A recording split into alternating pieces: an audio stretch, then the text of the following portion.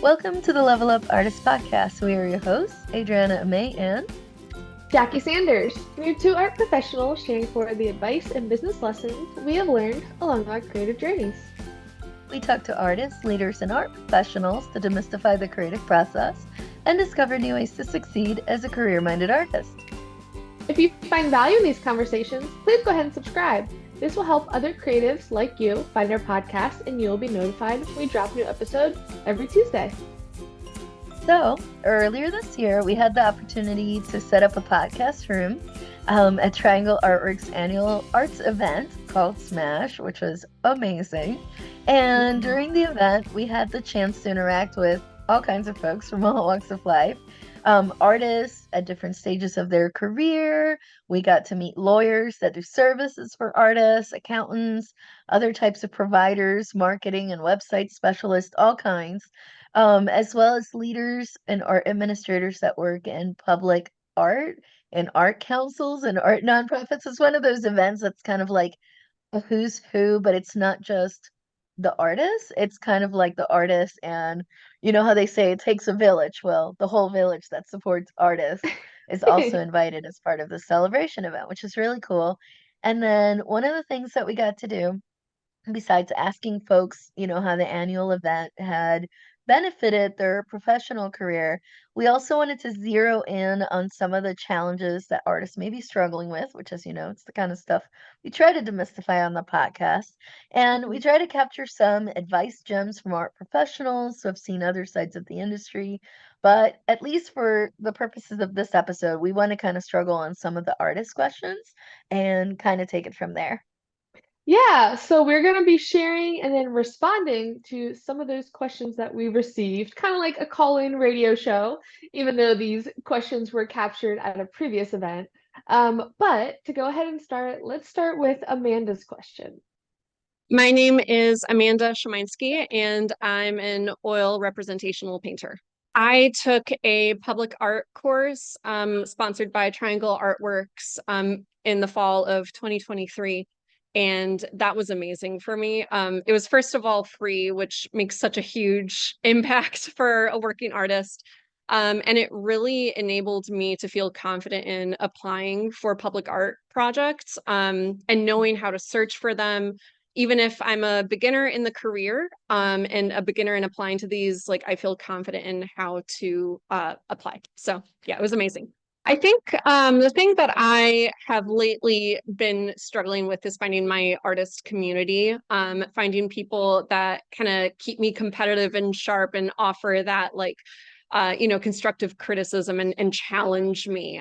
So that's the thing that I've been struggling with, is like finding local friends that I can meet with, make art with, and just kind of help build each other to be better, in our art making. Amanda, thank you so much for your question.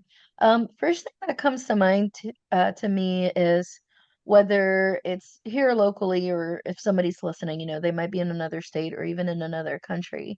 One of the biggest tips is to reach out to local art councils and any local art nonprofits in your area. A lot of times they're very much on the pulse and in tune with what kind of in-person workshops or networking opportunities are around. Like, for example, Triangle Artworks, use them as an example. They will do things like artist happy hour or art Mm-hmm. administrator happy hour. So depending what area of the quote unquote art world you are in, there's a lot of times different kind of meeting opportunities that you can take advantage of. And in doing so, meet more artists, more like-minded artists that are in your area. Yeah, and I think that's definitely a common feeling that a lot of artists have at some phase of their creative career. I remember when I moved to Raleigh, coming out of like a super tight, connected college community, then you move to a new state or a new city, and you like feel like you're starting from like ground zero, right? And it's going to events like that that can be super helpful of just like, okay, who are like the big players in terms of organizations and resources in my area, getting familiar with them, and then kind of working towards that one-on-one connection with artists, which I definitely think leaning in to building those one-on-one connections can be helpful. As many people may be able to relate to, it's a lot easier to go to a networking event or an art opening when you at least have like one other friend that's going with you. Oftentimes in the beginning of networking, maybe we'll bring our partner with us or a friend that's like not a artist or qualifies themselves as an artist, which is totally great. It's good to have that support still. But I'm honestly a huge fan of just like sliding into people's DMs on Instagram. Like, not in a weird way, but just like a complimentary way, saying how much maybe you like their work, asking some basic questions based on their stories. Some people call it just randomly scrolling on social media, but shifting your mindset into thinking of it really as digital networking.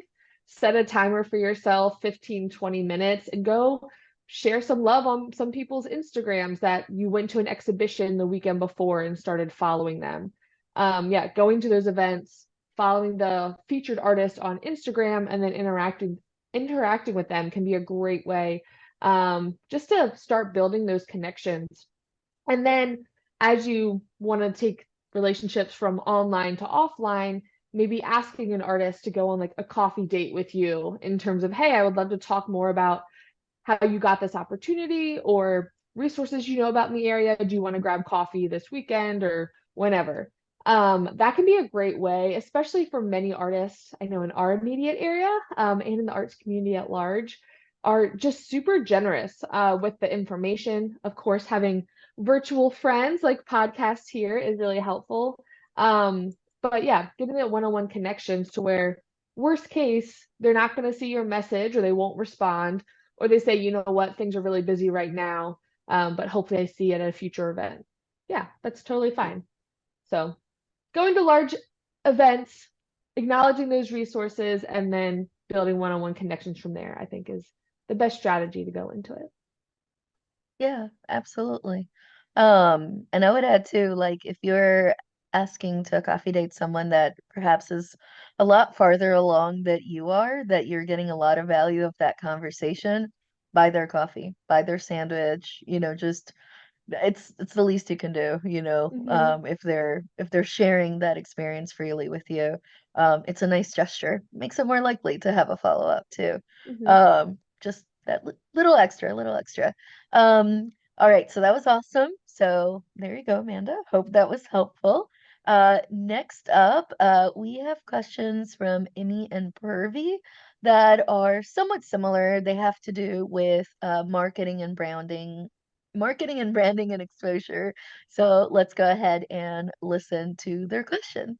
Hi, everyone. My name is Amy Patel, and I'm the creator of Gallery Box, which is a locally curated artwork subscription box. Our goal is to represent underrepresented artists through our collections that we send out to collectors each season.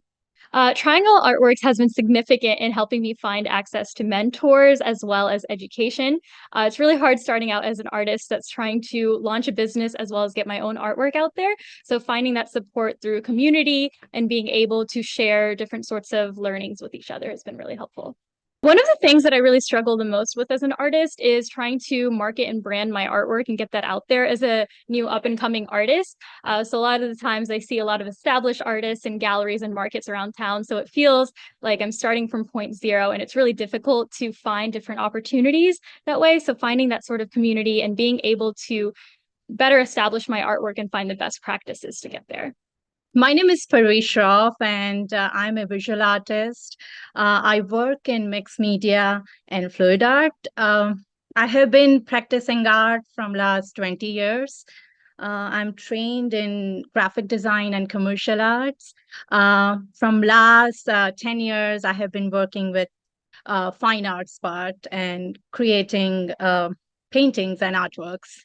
Well, so this is my first Smash, and it's a first year with Triangle Artworks. I'm here by the referral. Joel, he's board member, and he told me about the Triangle Artwork during holidays. And there's a donation drive as well. I was part of it, and then he shared more information, and I was like, I wanted to learn more about it. And this event came, and I'm so happy to be part of it. It's great to meet like-minded people, and it's good to see the same hustle that I go through. So yeah, it's great to be here. I have social media pages. I have my website, but still I feel like I'm not that up to date with the marketing part. Uh, that's why I'm here to learn. What different I can do. I know this is art. It's not a retail business or anything that you just keep posting reels after reels and you just get that visibility, but still I would like to be seen and be visible. So that's why that's the question I always kind of it stucks me and bothers me. But yeah, there is Design Runway. That's my studio.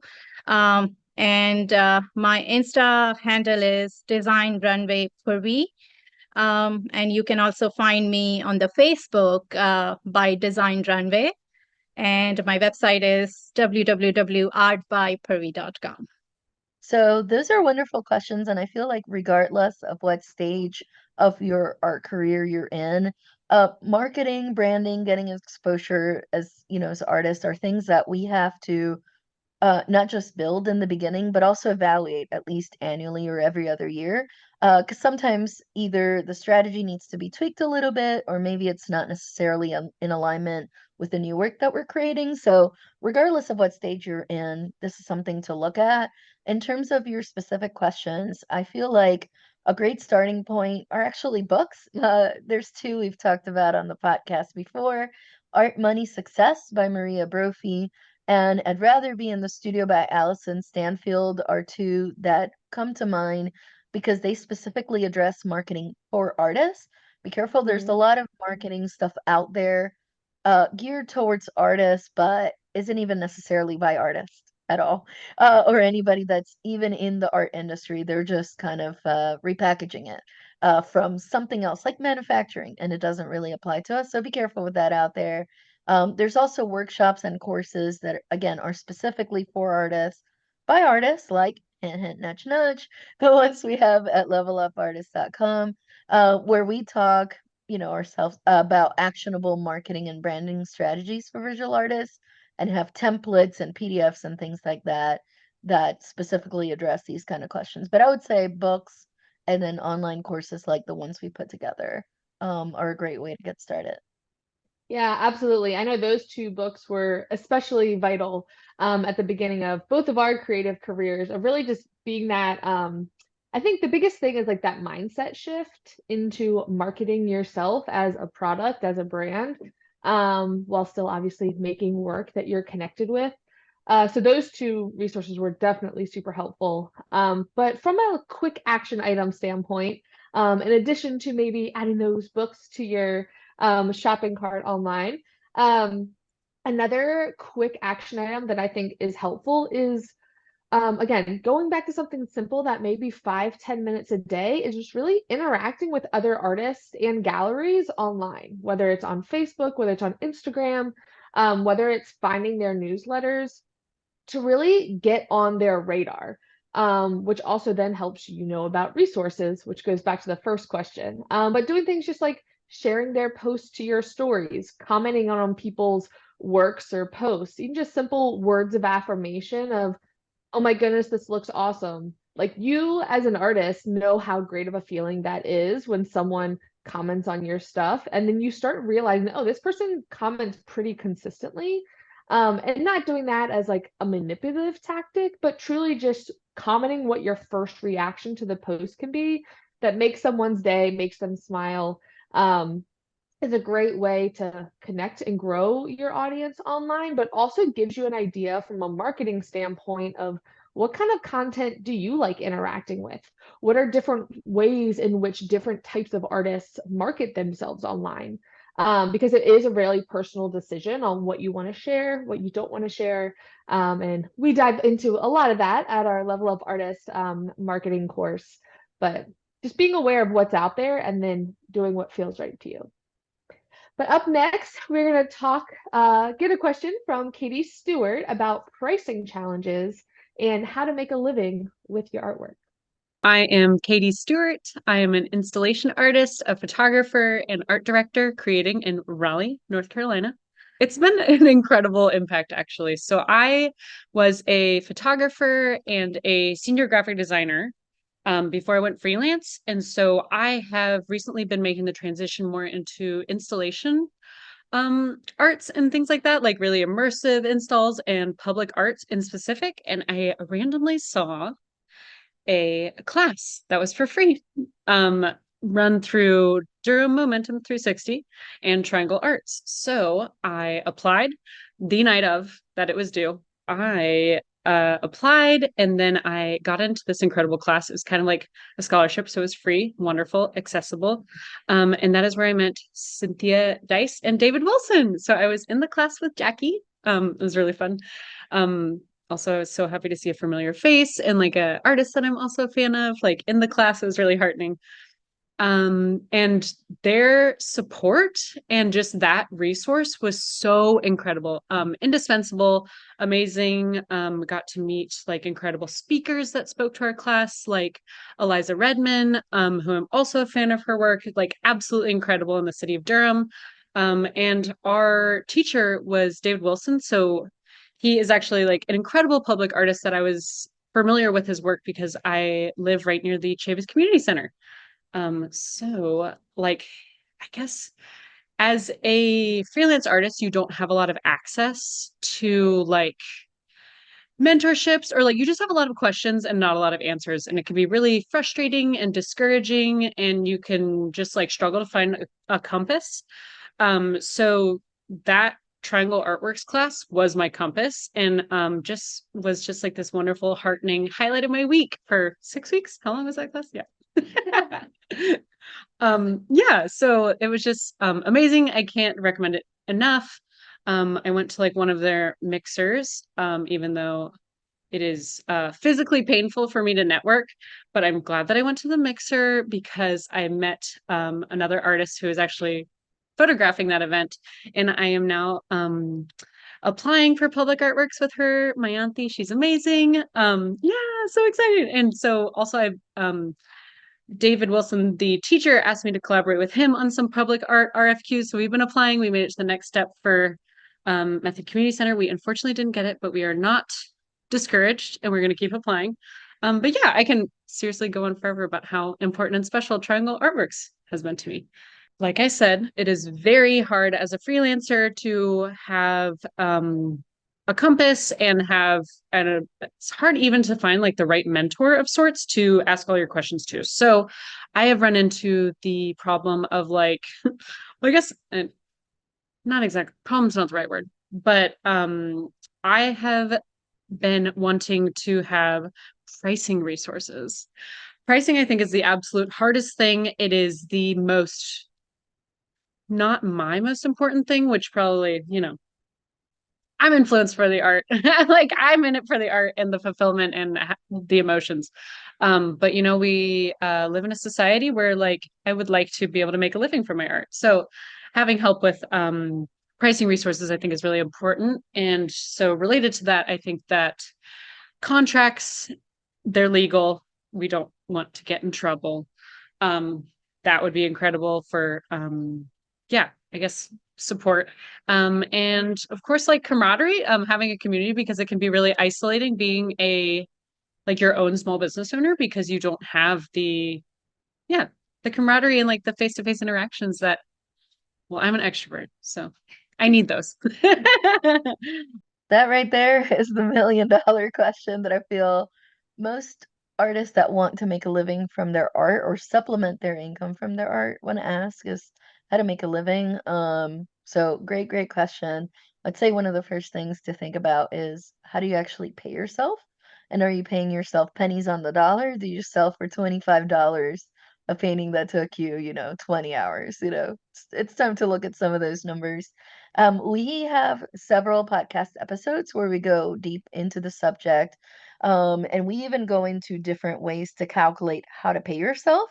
Some of the recent ones include episode 40, raising the cost of your artwork. Episode 124, is your art too cheap? I love that one. And then more recently, episode 149, which we did earlier this year, we actually spoke with Cynthia from Triangle Artworks, speaking of, and we also went into pricing details. So definitely highly recommend you give those a listen for different ways to price yourself and kind of support yourself with your artwork. Yeah, and one of the biggest tips from those episodes that I know I really connected with when trying to just establish some form of pricing in my work was to look at the prices of artists in your area that work in a similar medium and that have similar experience. Obviously, trying to figure that out is like a project in itself.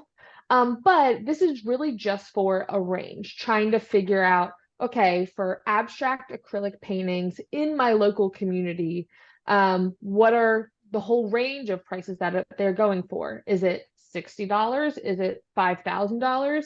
Something in the middle.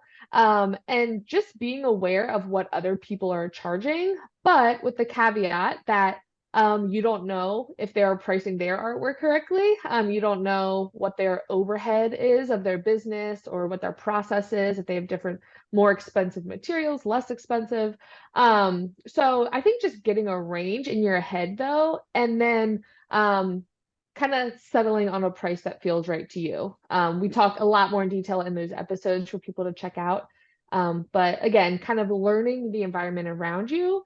And it's a constant learning game.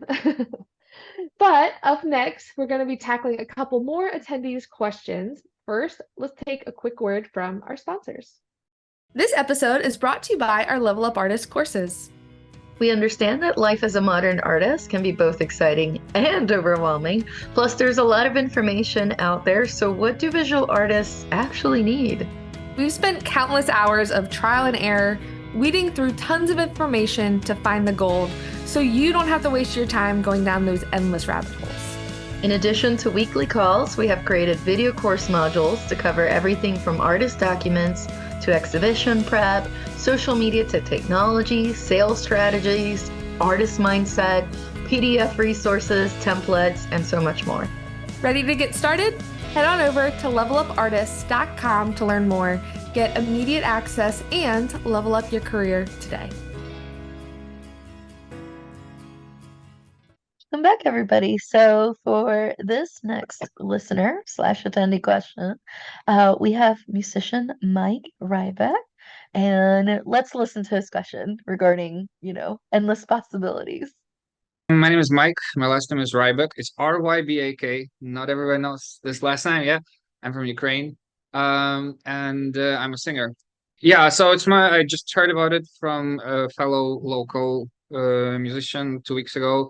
So appreciate the tip because I'm loving my time here. So no long-term impact yet, but having a great time here.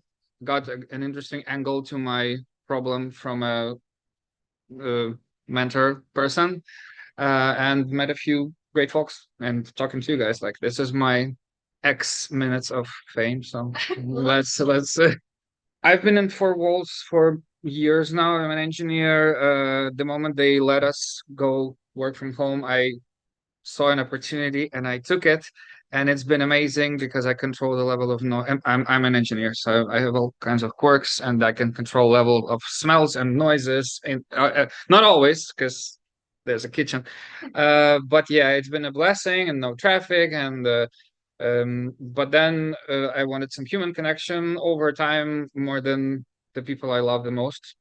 More people than those, and then it's just like, okay, there's many, like 200 parking spots, like there's 200 and something. So yeah, I was and I didn't see a huge like music conference in the area, but this looks like the closest I could see, because I was looking to a larger scale of not as niche as I could be looking for, as opposed to super niche, but it's three guys in a bar. So I thought it should be cool, and it is. Time it's like I'm 40 almost, and I have a life. I have a job. I try to exercise, so maybe some of those are excuses, and you can always like do the Gary Vaynerchuk thing. But no, I need my sleep, so I'm not doing the Gary Vaynerchuk. So time, I think I have a pretty straightforward. I've been I had two important phases in the past 5 years. The first like 3 years, I had a problem with the songs that I produce. Didn't feel like something I want to put out there. Like I didn't like I was well, my big dream and goal was to become someone who can produce a song and then say, wow, this is exactly how I feel. This is exactly what I want to say. This is what that's it. Like this is me. So that was a big struggle where like I paid $2,500 to an Italian guy for 5 songs, like 500 each, and I put zero on Spotify, and not because I was late. Like it just like this. And why did I do all 5? I don't know why. And now I make a song for $300 with a guy from Ukraine, and I'm like super happy about it. And the first guy was great. I just didn't know what I was doing, and he was saying like, "Yeah, I guess I like it." So finding yourself is like just in terms of expression. And then the other 2 years, I was experimenting with wait, it was struggle time. Yeah. The other thing, the other last 2 years, I was making memes on TikTok, and I was like making acoustic, like drum and bass, all kinds of things. Like so, basically, there's my core thing that I'm doing, which is producing metalcore for Spotify, and then there's all those other things that kind of help you promote yourself, or just like sharing your worldview, whatever, and influence. So I've tried all of those things, and I've narrowed this down to things that work and that I really want to be doing. And it's very straightforward. It's all about execution now. So I'm done with the experimentation phase. You can send your songs to influencers, they review it, you get traction. If it's a good song, you get more traction. That's pretty much all it is. Like you produce a song, you send it for review, people review it, you get subscribers. So, and I make one song in 4 months, 6 months. So, like, what are we talking about? We're talking about time, and like I'm waiting for my next song to come out, and I don't know when. Yeah, that was a big struggle. Like, if you ask me 2 years, I would. My wife is my biggest supporter, and like she's so grateful for me having friends, so her ears have some rest. So, I remember walking up. We lived in Los Angeles 5 years ago, and like I could make music for like I could produce a cartoon with a bear who like flies and then swims underwater, and she's like, yeah, you could do that. Like, what are we talking? Like, what? So I had no idea what I want to do, and I could do all of those things, and like I could, I don't know, open for Shinedown. Shinedown could be my big goal. Like, what I do to do that, like start a band. And now I've that was so like it was excruciating. Like the fact that I don't have time right now, it's like yeah, that's a bummer. But not knowing who you are and what you want to do with your music, knowing you have something in you that needs to. I know if you know the song "Start a Tiny Riot." There's like it takes a day to start a tiny riot, which like basically start a change from within. There's something in you that you want to like. Great song. So you feel that dynamite ignited is the song, and you're like, where do I ignite it? Like what's how is that looking? How would that look in the real world? So when you don't know the answer to that question, and I can imagine somebody could be looking for like years and years and years, that's like pain. And now I have found myself, that's who I am. Yeah, it's really slow. Like that's not pain, it's a problem. It's just reality. I'm okay with it. So I feel like a lot of us go through something very similar at the beginning, where we have endless choices, endless paths, endless styles, endless disciplines too, that we can explore to, especially if we love all of it and it's hard to narrow it down. And then of course, I think we can all relate to that idea of later on in our careers, we may have found our style, our voice, our rhythm, but then there's less time to explore other things that are a little bit outside of it. And that, I mean, that's part of the journey. That's part of the reality of it. We'll never have all the time to do all the things, and that is okay. Because, there's things you want to kind of specialize in and dive deep into and kind of like become a master of instead of just dabbling in a lot of different things and just kind of drifting about, right? Unless you do it as a hobby, and then that's fine, drift all you want. If you're doing it career wise, you do have to specialize to a certain extent, whether it's music or food or visual art, right? I would say this is an advice I got from one of my first art mentors, and I share it all the time.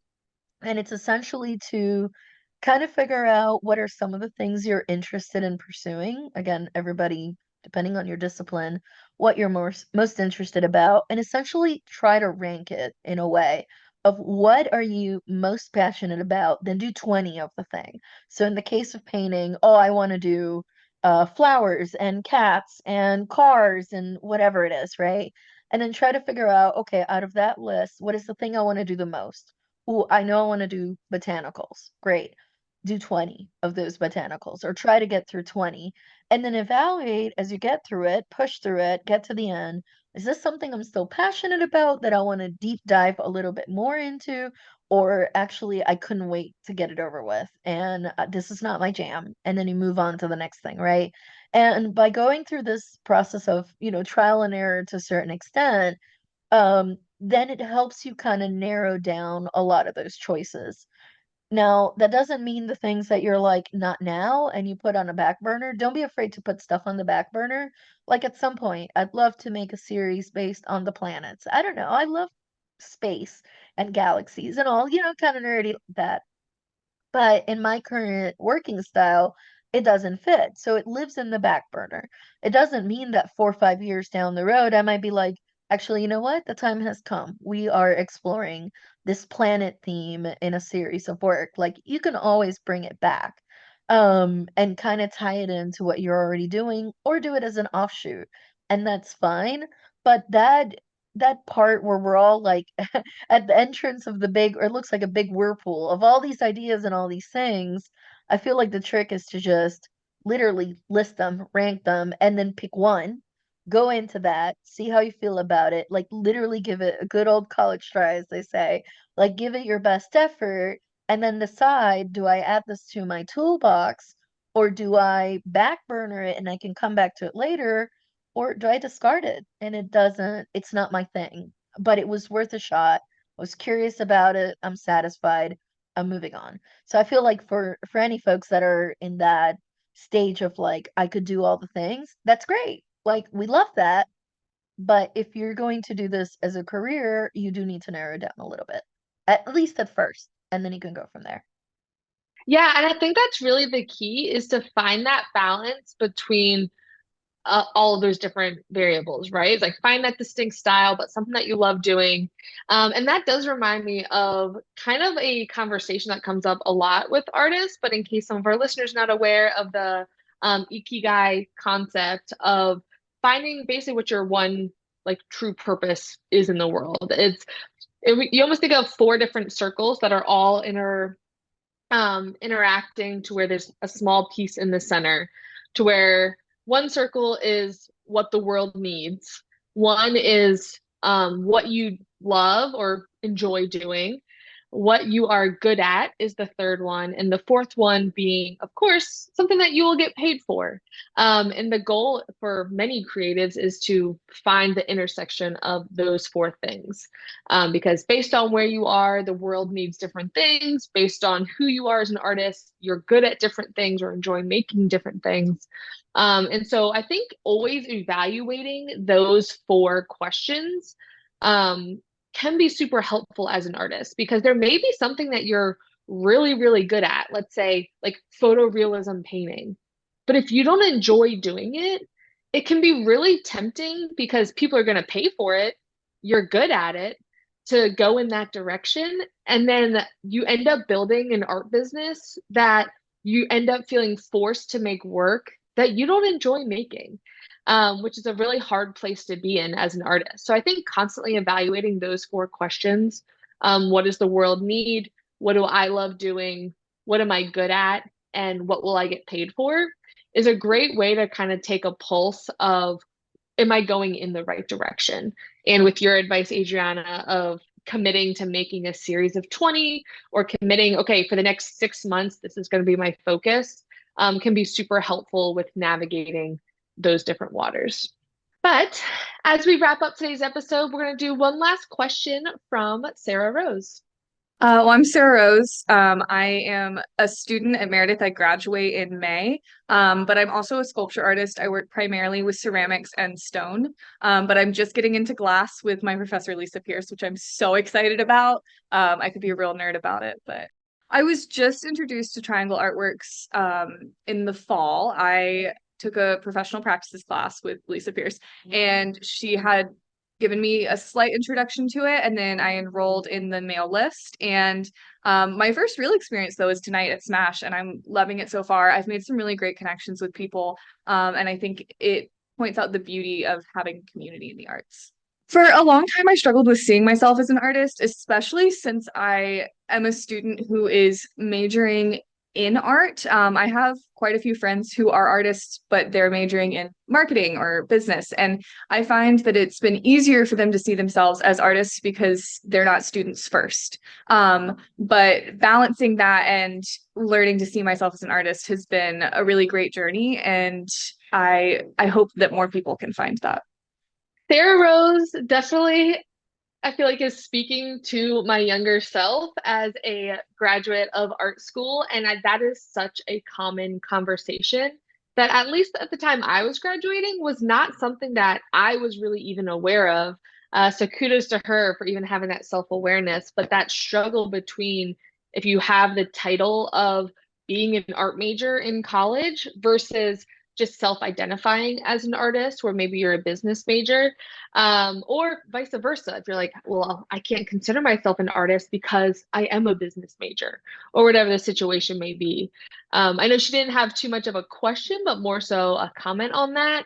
And yeah, I have definitely felt that at different points in my creative career. And I think the one advice I would probably give young artists, and really just students in general, would be being less self-critical about having to fill this looming identity that is kind of a social construct anyway, which is a larger conversation, but really focusing on what skills do I want to add to my tool belt of experiences. I think now, a few years into my creative career, a lot of the skills I've gathered along the way, in hindsight, make a lot of sense, or I'm able to kind of whip out this experience or that to move me forward. But at the time of collecting experiences or collecting skills, I was like, they're not really making sense now, but we're just going to store them away for later and then see how they work out. So worrying less on the self-identity portion, but thinking of, okay, well, what skills do I want to gather? Or what experiences do I want to push for in the more immediate future? Yeah, that's awesome. Yeah. I was like those business students you were talking about, essentially. And I find it interesting. Like, in my view, I was like, well, you're an art student. Obviously, you're an artist. I'm a business student, so I'm not an artist. I have to like earn the title because I didn't go to art school. But at the end of the day, it's like, it doesn't really matter, like artists, it's something that you either are or aren't, and it's not like necessarily talent to skill you build, kind of like, famous chefs. Were they born cooking? No, they had to grow up and learn how to cook like everybody else. And it's like a skill that you hone in over time. So I feel like, adding to what Jackie said, it is about the skills you add to your tool belt. So if there's something that you're like, well, I don't have X because I didn't graduate out of X degree, then see what of that you think you actually need and then add it on your own. I mean, there's plenty of courses online, like the ones we have at levelupartist.com, obviously. But there's like YouTube, there's Pinterest, there's TikTok, there's Instagram, there's all kinds of books, art books and things like that that you can reference that can help you fill those perceived gaps in skills and learning. And a lot of times, once you dive a little deeper in it, it's like, oh, that has nothing to do with whether I'm an artist or not, honestly.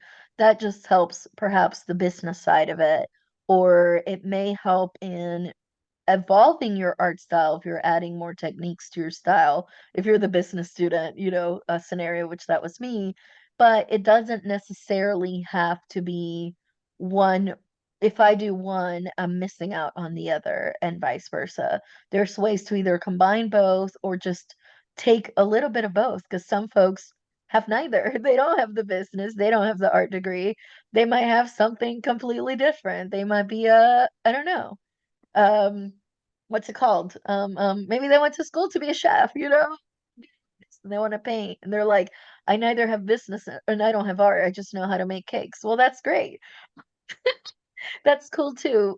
You get to choose, for you to see yourself and call yourself an artist. You literally, it's up to you what you think some of those qualifications are. But if you make art, you're an artist because you are making art. So it's honestly the only real qualification there. So, anyways, thank you so much to all the attendees for all your questions, for us to be able to share them on the podcast, and for us to be able to respond to them, react to them, and share with you kind of what we have learned along the way. Absolutely. And if you do have more questions for us that you would like us to answer on the podcast, you can go ahead and DM us on Instagram. Yeah, you can. So with that, we're going to go ahead and wrap up today's conversation, and we hope you enjoyed this episode. As always, our blog will be linked in today's show notes where you can find episode notes and links to all of our other podcast episodes.